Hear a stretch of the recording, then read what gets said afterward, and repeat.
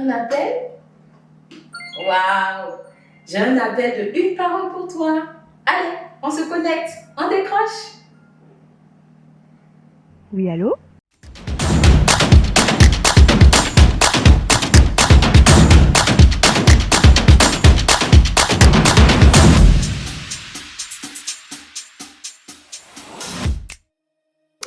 Alors, la dernière fois, nous avons parlé de comment nous pouvons servir Dieu lorsque notre travail nous prend la majeure partie de notre temps.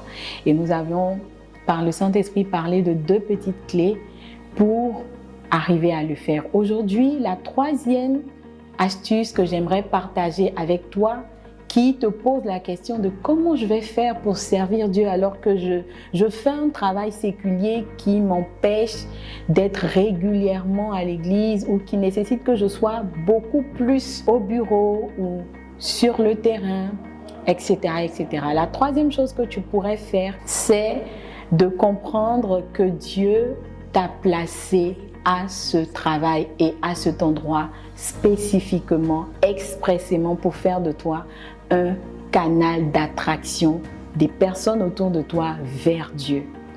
Souvenons-nous de l'histoire de la servante de Naaman. La Bible déclare qu'elle a dit à sa maîtresse: « Oh, si mon maître pouvait se rendre en Israël, il y a un prophète en Israël qui pourrait prier pour lui et le guérir de sa lèpre. » Voilà comment la conversion de Naaman s'est mise en route par une servante sur son lieu de travail qui a su diffuser une information, qui a donné un message qui a retenti dans la maison. Et lorsque Naaman a écouté la voix de cette servante et qu'il est allé en Israël, effectivement, il a reçu la guérison, mais en plus de cela, il a connecté avec le Dieu qui l'a guéri.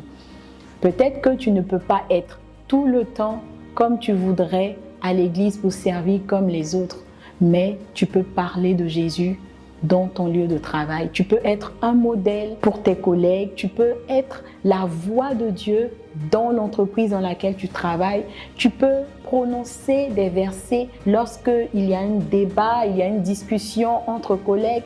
Tu peux infiltrer la sagesse de Dieu dans vos discussions. Tu peux faire attention aux situations que traversent tes collègues et profiter de leur challenge pour répandre la parole de Dieu. Si tu prends conscience du fait que sur ton lieu de travail, tu es aussi en train de servir Dieu, tu verras que par toi, plusieurs personnes vont entrer dans la maison de Dieu. Plusieurs brebis perdues vont retrouver le pâturage de leur maître et ta vie sera ce canal que Dieu a utilisé pour toucher des personnes. J'espère que cette astuce t'a aidé et qu'à partir d'aujourd'hui, tu pourras voir dans ton travail l'opportunité de servir Dieu 7 jours sur 7, 24 heures sur 24.